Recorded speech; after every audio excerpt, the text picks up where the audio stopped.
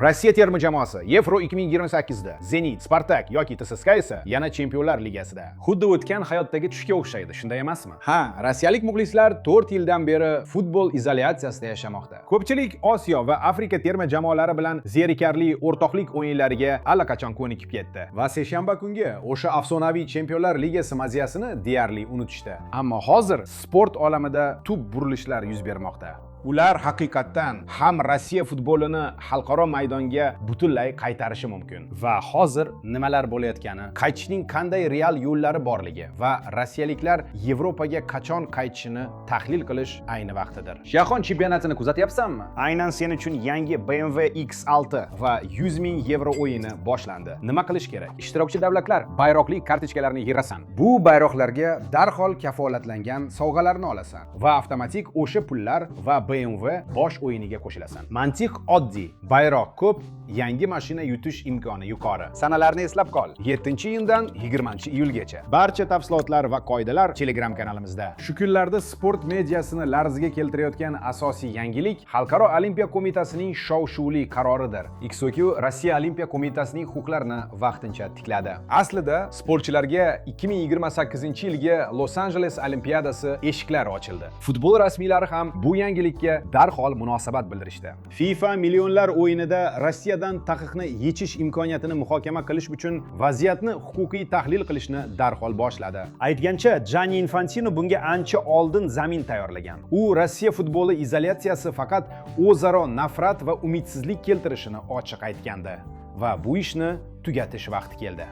Qolaversa, FIFA ilk real qadamni tashladi. Rossiyaning 15 yoshgacha bo'lgan o'smirlar terma jamoasini shu kuzda Ozarbayjonda o'tadigan yoshlar jahon chempionatiga kiritdi. Lekin real bo'lish va xom xayolga berilmaslik kerak. Bu masalada FIFA va UEFA pozitsiyalari mutlaqo bir xil emas va bu tashkilotlar mutlaqo mustaqil ishlaydi. Futbolda XOQ yoki FIFA ruxsat berdi, demak Yevropa ham kiritishi shart degan bog'liqlik mutlaqo yo'q. Yevropa turnirlari haqida gap ketganda UEFA FIFA buyruqlariga bo'ysunmaydi. The Guardian kabi nufuzli Britaniya OAVlarining yozishicha, tashkilot hozircha XOQdan o'rnak olib, Rossiyani qaytarish niyatida emas. Chunki Yevropa futboli rahbarlarining qo'l oyog'i bog'langan. Milliy assotsiatsiyalarning yarmidan ko'pi hamon qat'iy pozitsiyada va Rossiya jamoalarini tiklashga mutlaqo qarshi. Ammo nima uchun yaqin orada xalqaro o'yinlarning tiklanishi Rossiya uchun mutlaqo real ssenariy? Xo'sh, bunga hozirgi jahon chempionati qanday ta'sir qiladi? Gap shundaki, 26-yilgi mundial allaqachon futbol tarixidagi eng serqatnov turnirga aylandi. Play-off bosqichi marraga yaqinlashmoqda. AQSh, Kanada va Meksika stadionlari esa allaqachon kosmik 5 million muxlisni qabul qildi. Bu 94-yilgi rekordni yangiladi. Aytgancha, u ham Amerikada o'tgan. Ushbu raqamlarni ko'rib, hamma trendni tushunib turibdi. Zamonaviy futbol global biznes. 48 ta jamoalik bunday ulkan turnir jahon futboli rahbarlarini uzr kesil ishontirdi. Katta davlatlar va bozorlardan voz kechish o'ziga qimmatga tushadi. Rossiya yo'qligi sababli xalqaro tashkilotlar translyatsiya va homiylikdan millionlab mablag' yo'qotmoqda. 2026-yilgi chempionatning biznes mantiqi yaqqol ko'rsatmoqda. Sport siyosiy tortishuvlar emas, pragmatizm hududi bo'lishi kerak. Bu xabarni UEFA rahbari Aleksandr Cheferin ham tushunadi. U ham Infantino kabi rossiyalik sportchilar va bolalar chetlatilganiga qarash og'riqli ekanini ko'p bor tan olgan. Biroq sloveniyalik amaldor kuchli bosim ostida. Bir tomondan Yevropa futboli homiylar va pul yo'qotmoqda. Ikkinchi tomondan ba'zi davlatlarning keskin fikri bilan hisoblashishga majbur. Angliya, Fransiya va Germaniya Rossiya jamoalari qaytishini rad etib, buni qabul qilib bo'lmas deb hisoblamoqda. Shuningdek, 22-yil fevralida Qatar JChga chiqish uchun Rossiya bilan play-off yarim finalidan bosh tortgan Polsha misoli ham unutilgani yo'q. O'shanda polyaklar avtomatik finalga o'tib, Shvetsiya terma jamoasidan o'tdi. Tez orada inglizlar, fransuzlar va boshqalar ham xuddi shunday o'z so'zida turib manfaat izlashi istisno etilmaydi. Biroq UEFA ularni murosaga kelishga chaqirishi aniq. Mana, eng birinchisi qayerda bo'lishi mumkin? Terma jamoalar mavzusidan klublar futboliga o'tamiz. Rossiya jamoalarini chempionlar, Yevropa va konferensiyalar ligalariga qaytarish real vazifa. Barchasini quruq reglament hal etadi. UEFA betaraf maqomning oddiy ishchi sxemasini qo'llashi mumkin. Uni allaqachon tennis yoki yoki Olimpiada o'yinlarida sinab ko'rishgan. RPL klublari shartli ravishda Zenit, Spartak, CSKA va Krasnodar Yevrokuboklarga bayroq, mahiya va milliy ramzlarsiz kiritilishi mumkin. Barcha o'yinlarini esa tomoshabinlarsiz neytral maydonlarga, masalan, Bolgariya, Serbiya yoki Turkiyaga ko'chirish mumkin. Va agar qaysidir Yevropa klubi oyoq tirab olib, neytral maydonda o'ynashdan rasman bosh tortsa, aytaylik, raqib Zenit. Darhol texnik mag'lubiyat 0-3 va UEFAdan ulkan jarima. Yana rad etilsa, diskvalifikatsiya va turnirdan chetlatish. Xullas, o'ylab ko'ring, kimga kerak bu asabbuzarlik? Vaholanki, o'rtada ochkolar va Chempionlar Ligasidagi millionlab yevro mukofot pullari turganda. Bunday vaziyatda hech bir Yevropa klubi prezidenti siyosiy ishora deb turnirdan voz kecha olmaydi.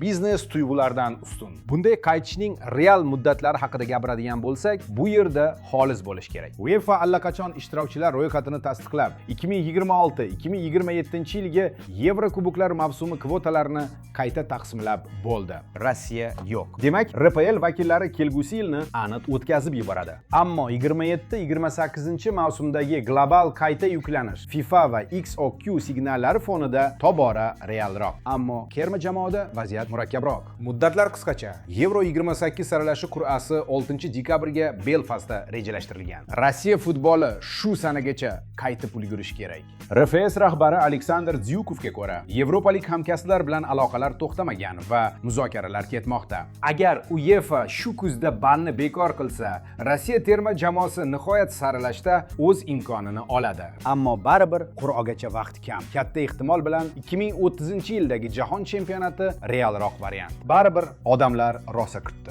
Har bir rossiyalik muxlis qattiq sog'indi. Zenit UEFA kubogi yo'lida Petrovskiyda qudratli Bavariyani 4-0 ga to'rmor etgani yoki Superkubokda Sir Alex Fergusonning Manchester United'ni yengganini eslash kifoya. Yoki Spartak Yevropa Ligasida kuchli Napolini 2 bor tiz cho'ktirgani. Milliy terma jamoa qanday hislar bergandi? Yevro 2008 chorak finalida kuchli Niderlandiya ustidan afsonaviy g'alaba yoki ertaknamo mezbon mundial Akinfeyevning mo'jizakor oyog'i va Ispaniya ustidan penaltilardagi tarixiy g'alaba. Barchasini tezroq qaytarish kerak. Ayniqsa hozir Rossiya futboli turg'unlikda o'z qozonida qaynayotgan bir paytda. Ustiga ustak, qiziqish nafaqat mutasaddi va fanatlardan bo'lishi kerak. Qaytarish akademiyalarida shug'ullanayotgan, ammo o'z iqtidorini dunyoga ko'rsata olmayotgan yosh rossiyalik futbolchilar uchun hayotiy zarurdir. Ularga mo'ljal kerak. Ular o'yinda bor kuchini berib, porlashdan maqsad nimaligini tushunishlari kerak. Gap albatta yigitlar haqida. Aleksey Batrakov, Konstantin Tyukovin va Matvey Kislyak.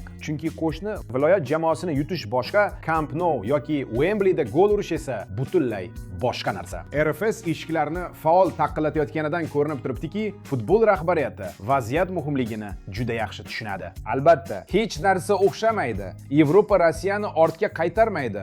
Bu gaplar esa quruq safsata deydigan skeptiklarsiz iloji yo'q. Lekin boshqa sport turlarida nimani ko'ryapmiz? Rossiyalik tennischilarni katta dubulg'adan hech kim chetlata olmadi. Ular bemalol g'alaba qozonib, sovrin olmoqda va yurtini tamsil etyapti. Ekranda bayroq bo'lmasa-da. Bokschilar, MMA jangchilari va NHL xokkeychilari barchasi eng yuqori darajada chiqishni davom ettiryapti. Chunki tijorat ligalari pul qadrini biladi va kuchli rossiyaliklarsiz mahsuloti sifati tushishini tushunadi. Hozircha esa futbol qat'iy taqiqlarning asosiy qal'asi bo'lib qolmoqda. Ammo hatto bu devor ham dars keta boshladi.